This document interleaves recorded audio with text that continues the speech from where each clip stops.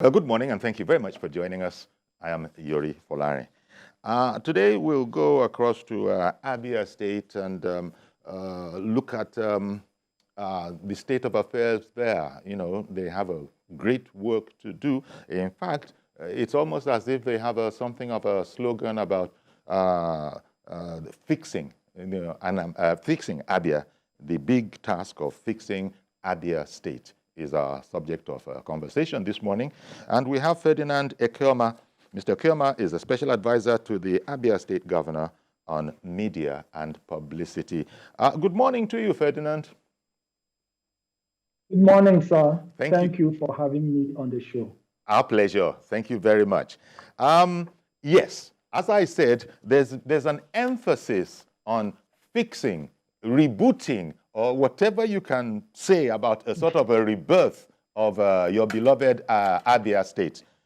Tell me, what is the situation? Because not many people will actually know that the situation is such that Abia requires fixing. Thank you once again. Unfortunately, too many people are aware of the situation beyond our state, beyond the shores of Abia. For years, we've been in the news for the bad reasons and reasons of bad governance, reasons of infrastructure decay, reasons of non-payment of salaries, reasons of non-payment of pension, reasons of de-accreditation, decay and deterioration in our key sensitive institutions.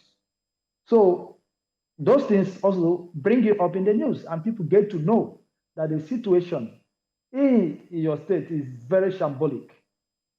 For example, let me just be specific. Yes. For purpose of clarity. Last year, I think that was last year, our university teaching hospital, the School of Medicine, was de-accredited for the first time in our history, was de-accredited. So what that implies that those who were reading medicine in that institution were suddenly cut off. I think it was just about a month or thereabout to the end of this administration, the past administration, they said it has been restored. That's good. But you must agree with me that whatever precipitated such action must have been something very, very serious. Over the years, staff of AFSUTs were not being paid salaries. I mean, doctors. You know what that means? Over the years, we experienced serious infrastructural decay, serious deterioration in the system. So for the authorities to have been bold enough to take such a decisive decision, then you would know that something horrendous must have happened. And as we speak, that is one of the key areas that the government is trying to correct the mess that has happened there over the years. And as you would expect, we are facing serious resistance from those who have profited, those who have benefited, those who have become rich overnight through plundering, through misgovernance, through extortion and exploitation and destruction of our system. So that is just one of them. That is one of the areas we want to rebuild. That is one of the places we want to restore its pride and dignity. Again, look at Abia State Polytechnic, Aba. It also lost accreditation for the first time in our history. Why? Because lecturers were being owed up to 35 months salary arrears. The population of that school got badly depleted because it became unbearable for many families, and they had to take their children out of the school. Those were some of the things, these are some of the things we want to correct. Because they politicize everything, trivialize issues in areas that should be completely avoided. Abia Poly became an institution or instrument of politics where people, government officials and agents who impose their friends and allies and loved ones there, people who ordinarily will have no reasons being there. They will use the institution to borrow money, take loans, and turn around to accuse the management they've had there of incompetence. Then the question will be who employed, or appointed the people to superintend over the affairs of the institution. These are some of the things that the present government is grappling with. These are some of the things that the present government wants to correct. Okay. If you look at our civil service, that is what they call core and non-core civil servants. For them, the core civil servants are those working in the civil service, that's in the ministries, rather, those working in the ministries. Then the departments and agencies are the non-core, according to them. For example, if you are the staff of Abia Poly, ABSUT, maybe Abia Transport, Abia State Passengers, and all the rest of them, Manifest Scheme and all the rest of them, you are non-core civil servants. So they will pick some people in the civil service and pay and say those are called civil servants. Meanwhile, the institutions, for example, Abia Poly, ABSU, Abia State College of Education and Technical Outreach, and the rest of them, ABSU are all government institutions. The people working there were employed by government. What constitutes an institution? What constitutes a state? It's the institutions that constitute a state. So when you abandon your responsibility, when you are so insensitive to the needs, to the plight, to the development of the state, you begin to bring unnecessary dichotomy that should not come from government. Okay. Okay. These are some of the things that the present government, Alex Otile government, want the mess. They want to correct. And I can tell you that the destructions that are humongous. Well, okay. And it's not just that you changed a governor, Dr. Alex Oti. Dr. Alex Oti, OFR, and the governor now is of Labour Party, and so it's something of a sort of a total change. And one of the things that I had heard earlier was that there was a very heavy debt burden that was inherited by this administration. That couldn't have helped, I would imagine. Absolutely, absolutely. And unfortunately, the people who plunged us into this debt crisis are still insulting the sensibilities of our people by denying, by telling the world that they were owing, that left a clean sheet, they did this, they did that. Meanwhile, the facts are staring them in the face. The facts are verifiable. We are talking about facts not manufactured by us, by the key institutions of federal government. So it is one of the challenges. These are, that is the issue of debt. It's one of the challenges we are facing at the moment. But like Dr. Alex Oti promised during the campaigns, he has the capacity to do it. And the process has started. Because in those key institutions that we need to take care of, because the truth is that the people do not care. The workers there do not care. The citizens do not care. You are in government, you are the governor, you made promises, you knew that there were challenges before coming on board. So they expect solutions, they expect results. And it's unfortunate because when we came in, we knew that the situation was terrible. We knew that the challenges were enormous. But then we never knew that they took it to such, that it was as bad as you found it out to be. Exactly. Because the worst thing that can happen is that you come into the civil service, for example, you go to different ministries, agencies, and parastatals and boards, you find out that they're saturated everywhere with friends and allies, people who are doing nothing. Meanwhile, you received hundreds of billions, over $1 trillion in 8 years. What job did you create? Which institution did you build? Which industry, which factory did you build to employ people? So you now forgot that the civil service shouldn't be the major employer of labor. There should be the institution to formulate policies and programs, to set the foundation, to build, to create the enabling environment for the private sector to thrive. So they never showed the way. They didn't do anything. They destroyed the state. That is the truth. When you come in, you will agree with me. Maybe one of these days we will arrange for you to come and do a documentary here. You will see for yourself the enormity of the destruction upon the state of affairs.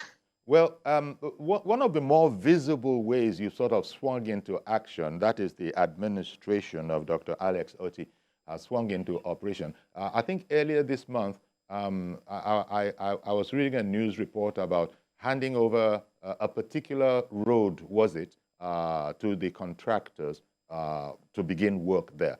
To tell me a bit about that, because it did receive sort of wide coverage. And after that, Yes. I was going to go on to, okay, with the amount of challenges that you've sort of outlined, so there must be a work plan. You must have a roadmap. But first of all, tell me about the big news story earlier this month that roads had been handed over to a contractor. Is that a new contractor, or is it an inherited contractor?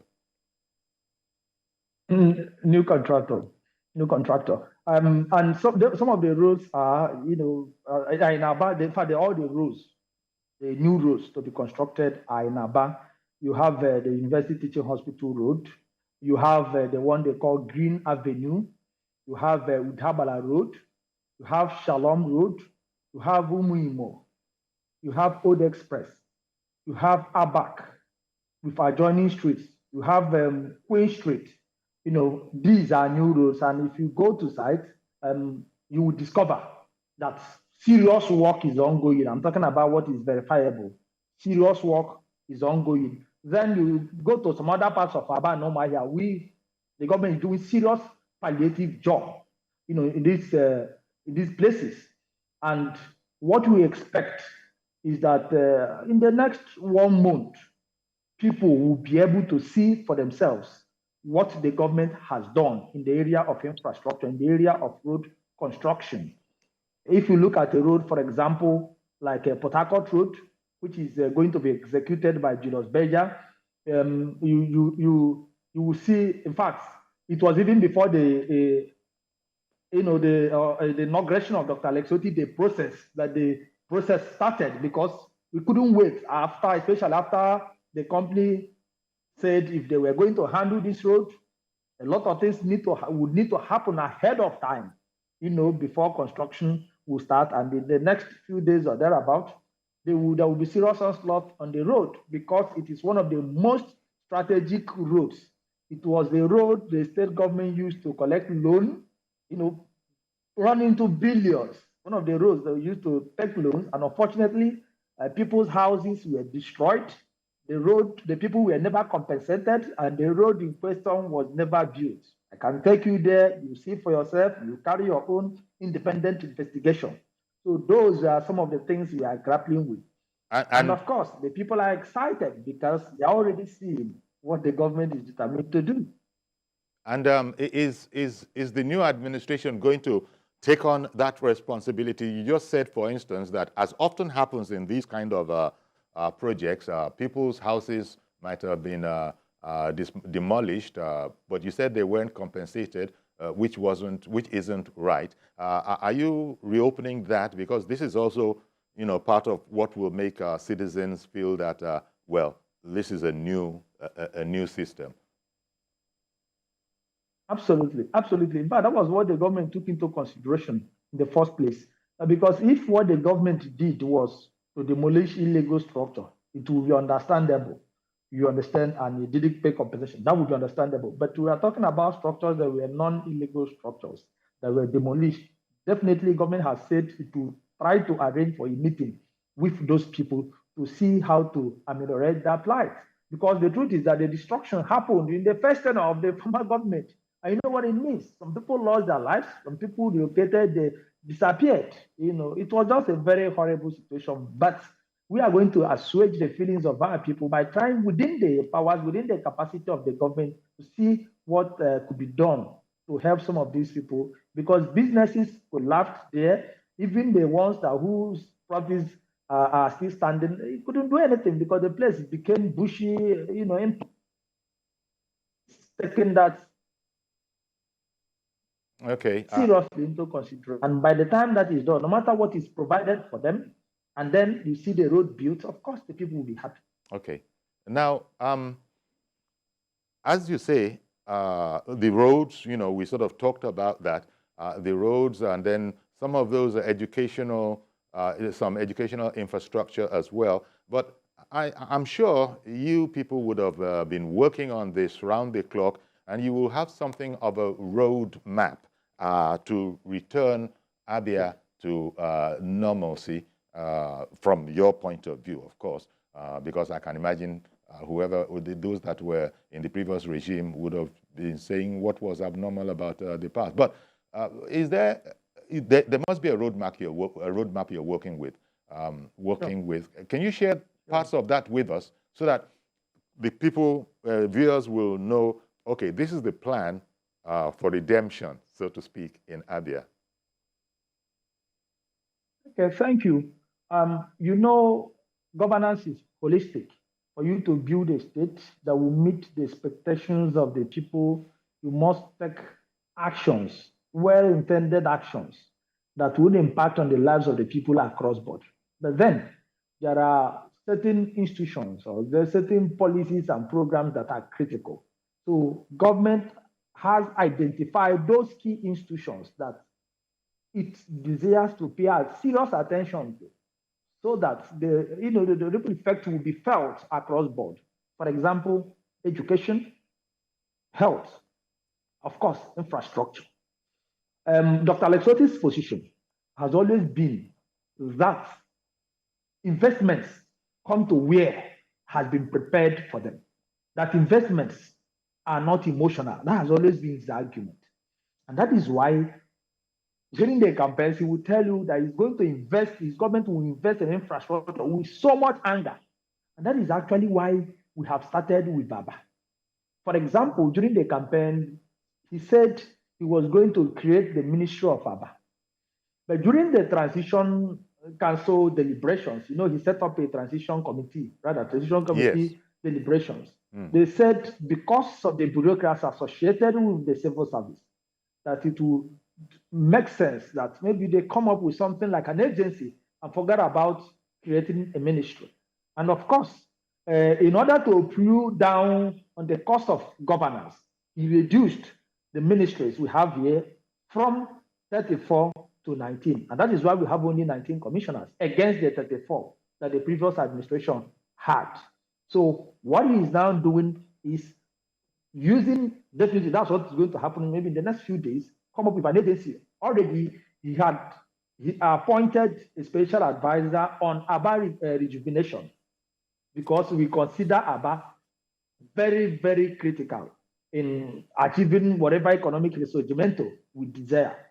So that is one of the policies. One of the policies he considers a strategic roadmap to our destination.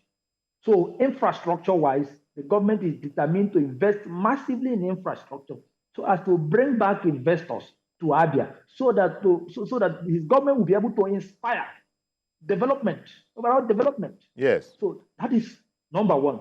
Then you look at education. For example, I did mention Abia Poly, and the situation in Abia Poly is what is applicable in ABSU, is what is applicable in Abia State College of Education and Technical, Arochukwu, is what is applicable in the School of Health Technology, Aba. So what the government is trying to do is to restore some great level of independence in these institutions, ensure that these institutions are run the way they should be, little or no, of course, no political interference. The position of the government will just to ensure that these people are supported with the necessary funding, with the necessary subventions that they require to succeed. Because the truth is that some of these institutions have the capacity to be on their own if you just do your own as a government. So the governor has made it clear he's going to invest, his government is going to invest massively in the training and retraining of teachers, so that our people will begin to compete. Modern education. The people must be provided with the necessary support that will not just dwelling on the outdated curriculum that you have. It's coming up with something extraordinary that will help impact on our education system. And of course, that is key to achieving the development we desperately need in Abia. So the government is going to invest massively in education. That is one of them. And again, of course, health. We are told that health is wealth. In fact, starting from her when she was appointed as a special advisor to the governor on healthcare delivery services, The now Commissioner for Health, she was the special advisor, now a Commissioner for Health, has toured many different health facilities. And the position of the government is that in the next few months, we will have 3 standing general hospitals in the 3 senatorial districts of the state. Each will have 1 standing, well-equipped, well-built general hospital. And the government is going about it with all sincerity and seriousness and speed. So Dr. Ngozi Okoronkwo, who is the Commissioner for Health, is already doing a lot in that respect. And that is what the government wants to do. And that is why, in fact, just 2 weeks ago, we flagged off free medical services that will be running. I mean, people will be undergoing all kinds of checkups and treatments every Saturday, and it will run across the 17 local governments. It's not a one-off thing. It's not a political exercise like most people have done in the past. So it's something that is going to be sustained until the government is able to build these health, facilities, institutions, hospitals that will now be attending to people in different zones on a regular basis.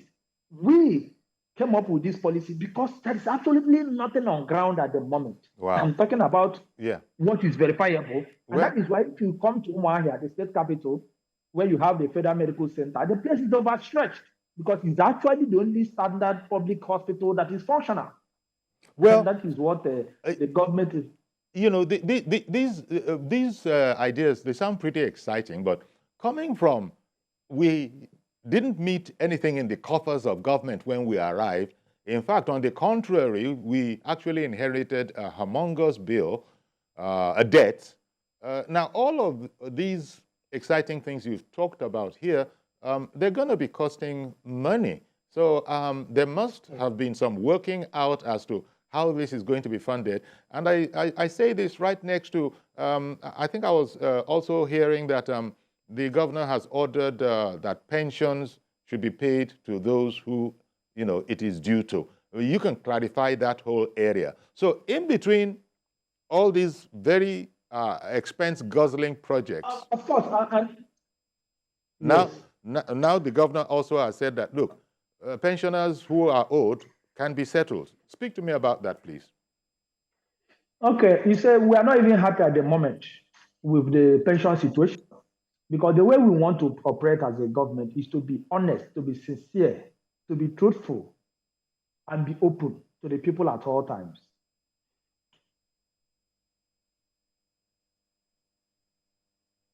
Okay, we are still grappling with the pension. We are grappling with the pension issues. Yeah, what we want to do is to sanitize the system. In fact, that is why we just paid only 1 month pension arrears, and we didn't pay up to what we should have paid or what we should pay. Because 1, you do not have enough resources to do. 2, you are trying to do serious verification. Okay. Serious verification exercise is ongoing to ascertain the genuine pensioners. So we are not even happy. We can't even beat our chest and say we have done well with the issue. Of course, we just assumed office. First, our position, the position of the government, is that by 31st of December this year, he would have cleared all the pension arrears. And that is why we are appealing to the pensioners, just exercise patience. They are not happy because the truth is that they know that Dr. Lesoti didn't create a problem, but their own situation is so there that they do not care and we don't want to listen to stories. That is the truth. And government clearly understands that. But we know that the pensioners will have the last laugh because the arrangements the governor has, once this thing is sanitized, once the verification exercise is concluded, of course, for you to clear it, it will not be a monthly thing. Maybe you just put together 3 or 4 months arrears, you will pay. And because that is the only way the governor can meet his own set targets of clearing the humongous pension arrears. Okay. Because lives are involved. As far as this issue of pension is concerned, lives are involved. A lot of people have lost their lives in the past.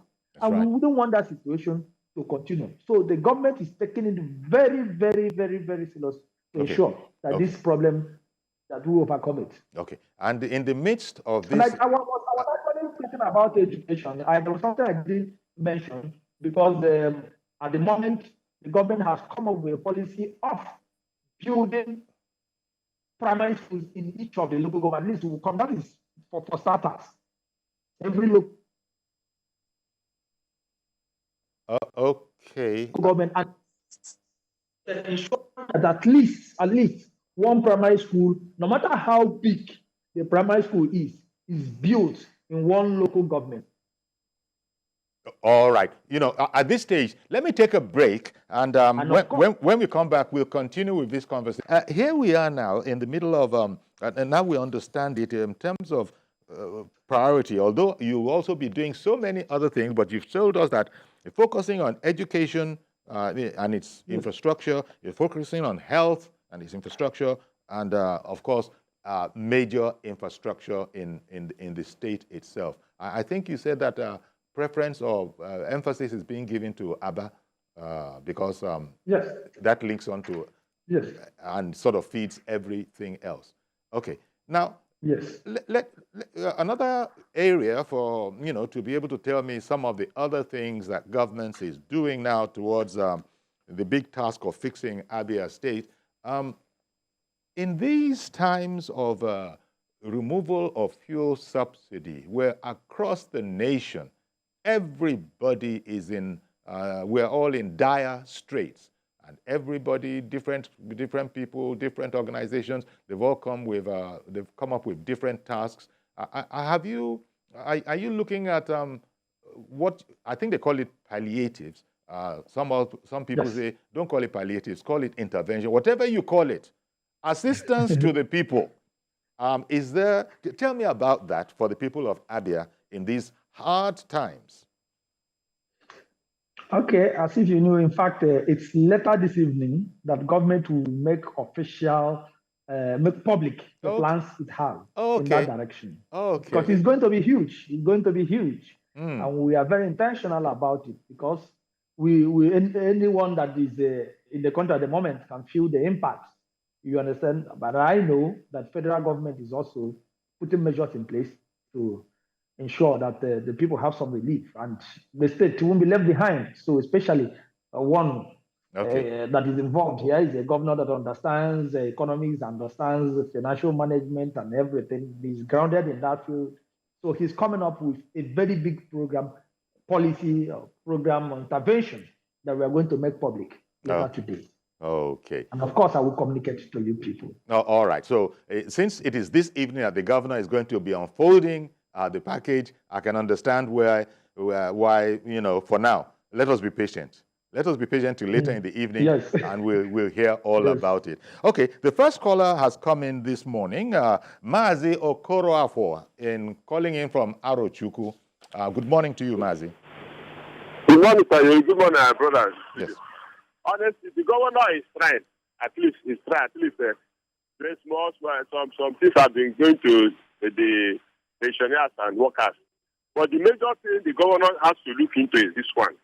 This issue of sit at home is something that the governor of Abia State, Imo, Anambra, they should find a lasting solution, because it is very, very disheartening that up to today, one when I power waiting from Canada will be sending messages to people that they are giving that automatic from June 1st or waiting August for good 14 days.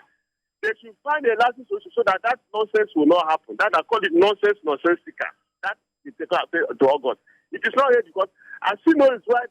The governors of that block allow this, because my solution to the governor. Thank God this program has come now. Our brother elect my brother, try as much as possible use your cabinet. All the local government in Abia State, be visiting all those local governments from move to Hosia, to visit all those local governments on this special day they talk about Monday sit at home. You move down to Ungwa side, move. It will help us, because a situation whereby every day, every Monday, you see people sitting at home. Every day it's affecting this, everybody's aware of it. I mean, even students, look at the students writing exams. Why has come? We are now writing NECO and NAP. Thank God that NAP have just finished over the weekend. It's NECO. Students, they find it very difficult. It's affecting the educational sector. You see, now, I don't know. Students go to school, Tuesday, Wednesday, Thursday, which is not healthy, because the YS syllabus, NECO syllabus, status exams, is the same thing the whole federation. So whether you sit at home, you do know that it's affecting the curriculum of the school, it's affecting the teachers, it's affecting the environment. So comment on how fair Aruchukwu Road. Since the end of Civil War, nothing has happened. There's a lot of government coming, they say they have, you see, before you touch the road, you see contractors equipment there. Nothing will happen. You go to area, you see Tomongase. Government should find that Abia is the main core of Nigeria. Abia is the city of business. We talk about that. From Port Harcourt Road to that place, that's what is solved. And we talk about it. Find out how to solve that problem because during the season, traders are complaining. I'm very happy that LSOT is a technocrat. LSOT is one that's there. Because people are within around the commissioner, special assistant, special this and that, you should back up and make sure that the program the governor has decided, let it work effectively for the state so that everybody, because if Labour Party fails to deliver, to change our path between 4 years, honestly speaking, it will be hard for Labour Party to come back them. So, Governor and the special assistant, make sure you do the needful. Now or never. To crap from Aruchukwu. Good morning. Okay, Mazi Okorafor from Aruchukwu. Okay. You probably, Mr. Kelma, you probably would want to, comment, yes, react to a lot of stuff there. Yes, sir. Mazi Okorafor, thank you very much, sir. As far as I'm concerned, your submission is apt, and nobody can dispute what you just stated. Well, last time I spoke to TVC, that was equally my position. I made it very clear. I was very clear about it, that the governors of Southeast have not done well as far as the issue of sit-at-home is concerned. Because you need that synergy, you need that togetherness. You need to be on the same page. You need to come together and realize that this is a very serious issue that affects your people. So there is no sentiment about it. And some of us are not do not belong to the category of people who join government and forget ourselves or forget the position we have held in the past. So my position has always been, and that is the position of Governor Alexoti, has always been that there is need for some element of togetherness and collectivity in taking decisive decisions that would help us overcome this problem. That non-state actors were able to do this was because of the leadership vacuum we created, that leaders created in the Southeast. And now that the problem is getting aggravated and affecting the people, especially the ordinary citizens, governors of the Southeast must come together. And of course, I know that Governor Alexoti is doing a lot behind the scenes intervention, trying to dialogue and negotiate with critical stakeholders to ensure that this problem is solved. And I know that in the next few weeks or thereabout, something very serious will happen. I agree. It affects the sit-at-home, affects the economy of the state, the economy of the Southeast. It affects our people, in different ways. And there must be a solution. There must be a permanent solution to it. So I completely agree with him. Okay. Then on the road, the Aruchukwu or Hafia Road is in a very bad shape, and government should do something about it. And I believe, of course, Dr. Alexoti had already mentioned it. Of course, you should know that all those critical roads in Abia that are found in different parts of Abia, he has made reference to them. But then we do not have unlimited resources. But then they must be prioritized. I can assure you something very serious is going to happen in a very short time. Government will do that. Will pay attention to the things that affect the welfare. Nobody's going to give you excuses. We know that things went wrong in the past, but now you are in government and you're in government to solve problems. We must admit that. And Dr. Alexoti is not interested in giving excuses because he's going to perform. Okay. And he understands the economic importance of fixing the Aruchukwu or Hafia Road. Is going to liaise with the federal government to ensure that that is done. Okay. You mentioned Abba as well. Of course, he has already started doing it in Abba because he knows area, how strategic, how important, and how impactful area can be if it is rebuilt, if it's, taken to the status, to the level it should be as an international market. So all those things are going to be taken care of. Okay. Sooner than later. Well, overshadowing all of what we're talking about will be this whole matter about scarce resources. Every state in Nigeria Even the ones that they continue, that people think of as affluent states, they never say they have enough. So every state in Nigeria needs more than is at its disposal. But in the case of Abia, simply because of what the administration has said, that it's almost an outrage what they met once they arrived and were able to look into the coffers. So of course, internally generated revenue, there will be federal government assistance. But I wanted to ask you, how tough a task is it going to be? Because in between what the infrastructure, health, and then education, that's going to cost a pretty penny, as Oimbo people put it. Okay, you see, that is the luck the people of Abia State have at the moment. Because there are some names that open doors of opportunities. And Lesoti's name is one of them, one of such names. And that is why I say we are lucky. You have a man that has pedigree, a man that has reputation, a man that is grounded in economic and financial matters. So we've got international agencies that are showing serious desire to partner and support us. Those are one of the areas of getting funds to execute some of your plans and projects.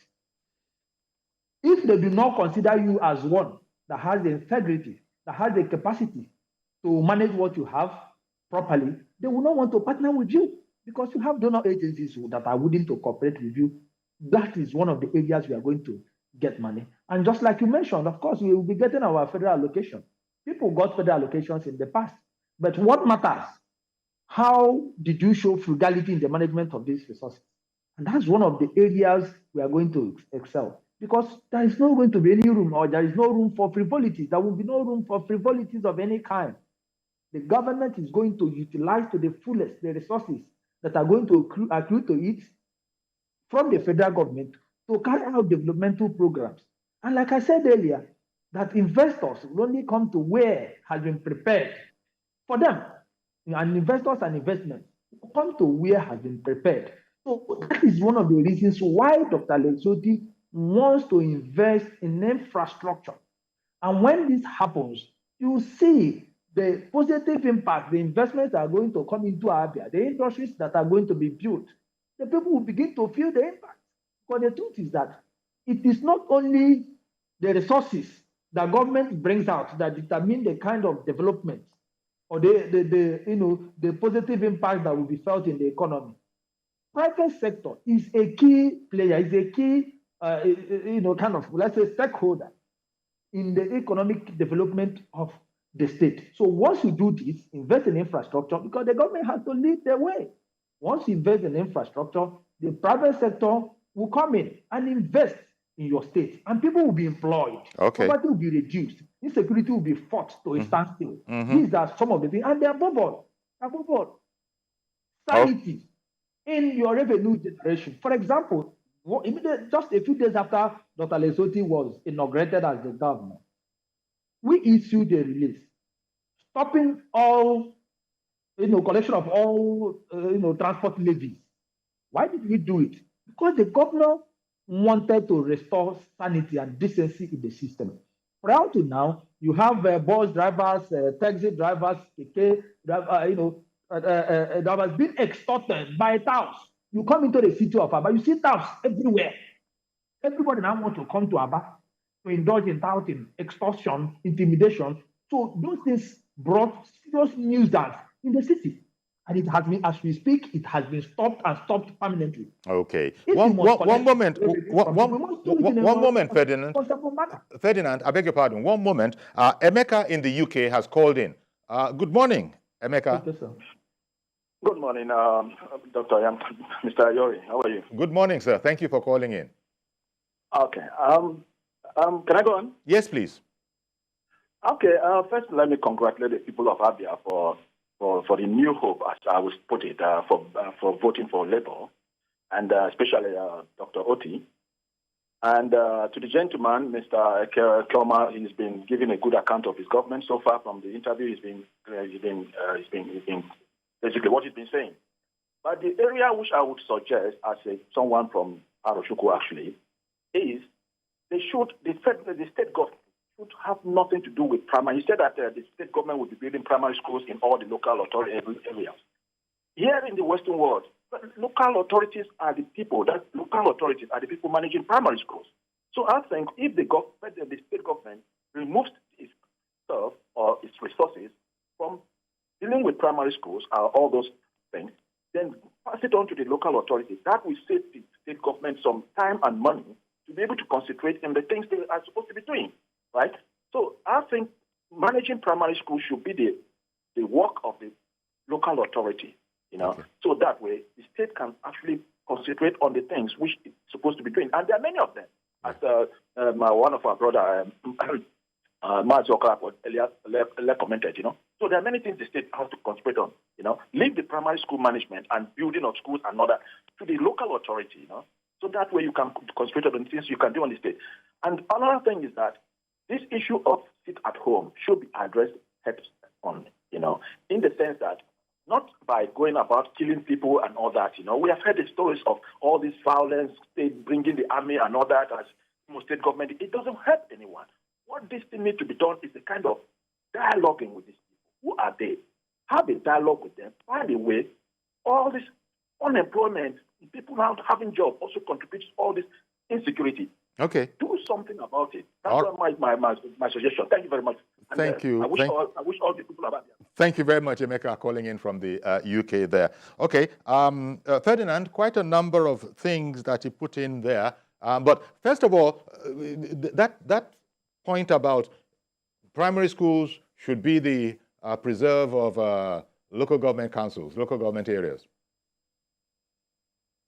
I think he made a lot of sense. I agree with him. Unfortunately, sir, the situation at the local government is just horrible. First, you don't put something on nothing and expect it to stand. He made a very intelligent submission, and he made that point from the point of knowledge, based on what he understands, how it should be and how it functions in the Western world. But unfortunately, over time, you are aware that the local government system in Nigeria has been battered. You had a situation where governors will come, impose their cronies, allocations will come, they will divert the allocations, even if they were doing joint accounts. The question... Okay, it froze momentarily.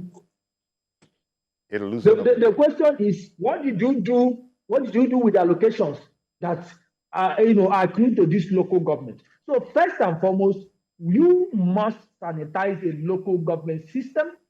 You must put the necessary mechanism in place before the local government will have the capacity to begin to handle some of these things. You understand? So that is actually the problem. So what you're saying, sorry, Ferdinand. What we are talking about, Ferdinand, what you're saying is that before your arrival, the local government authorities had been run into the ground. Seems to be what you're implying. In fact, that is why I said that one of these days you will need to come around. I will use my own local government as a case study. I'm from Bende local government. We'll go there, you see things for yourself. Our local government headquarters is like public toilets. Public toilets is better. You go to the environment and see for yourself. Now you ask yourself, where did the allocation go to? The local government that receives over 2 billion every year annually, what do they do with the money? You say outright theft, because what is on ground will tell you that what has happened is outright theft. And that is why I'm saying, first and foremost, you must correct the mess. Put a system, a workable system in place, and before you expect the local councils to begin to take care of these problems. So when I talk about it, it's our Commissioner for Education, Professor Ms. Muche, who has been assigned the responsibility and been going from one local government to another to assess the schools. They go out there and see. You would think that these are schools that exist in war-torn areas. Yeah. Because of, abandonment has lasted for years. So those are the things, the government is trying to do to ensure that the system is restored. Okay. And of course, I was talking about revenue. Remember I was talking about revenue before that call came in. So I thought that the government is trying to sanitize the system, and that is where we have almost defeated touting. because the way we did it shocked them. The government took that decisive decision. You know, government knew, you know, it too. For the moment, the government will be recording losses. But government believes that you can't be intimidating, extorting, embarrassing, harassing people up and down in the name of revenue collection. And the revenue that you're collecting manually, collecting by hand, you see 50 to 60% of it going into private pockets. It can't work. You understand? It can't work that way. And Governor Lesotho's argument, the way he defined tax, he said that tax is government share of the prosperity it has created amongst its people. The prosperity, the share, government share of the prosperity it has created amongst its people. Okay. Among its populace. If you have not created any, don't have any moral right to ask people to pay tax, and especially the way they've been doing it doesn't make any sense. Okay. You see, it's so very interesting and exciting, the plans that you have for Abia State. Maybe, and we've almost come to the end of the program, but take a bit of time to speak about this whole stay-at-home order. You've spoken about it obliquely earlier, but since you also said that, look, it's about attracting investment into Anambra, I beg your pardon, Abia, you know, Abia, I beg your pardon. It's about attracting investment into there. That's an intractable problem. How much progress has been made in, you know, sort of understanding this, as I believe it was Emeka who called in from the UK, was counseling? Well, the sit at home, like I said earlier, spoke about it last time I was on your show. Spoke to your colleague. It's a serious problem, and leaders and governors, especially governors in the South, must understand that it's a serious problem. Because if we relax at the moment and feel this thing should just be going like that, as time goes on, it might take a more dangerous dimension. That is the truth. So that is why we must not relax at the moment and feel, okay, just Monday sit at home. What if the people, the actors, the people behind it now wake up tomorrow and tell you it's now going to be 3 times in a week? What will you do? So now that is happening, you must not wait for it to get aggravated before you take decisive action. And doing it, he made mention of it, and that was what I hammered on when I spoke last time. And that is the issue of dialogue. I made reference to what former President Umaru Musa Yar'Adua did as President of Nigeria in solving the Niger Delta crisis. And that is my position. The outgone federal government didn't handle it well at all. Handled it very terribly, because my position, my belief is that a government must at all times see its citizens as its children. The federal government never engaged the IPOB in any form of dialogue that could yield results. Okay, you're talking about the previous administration.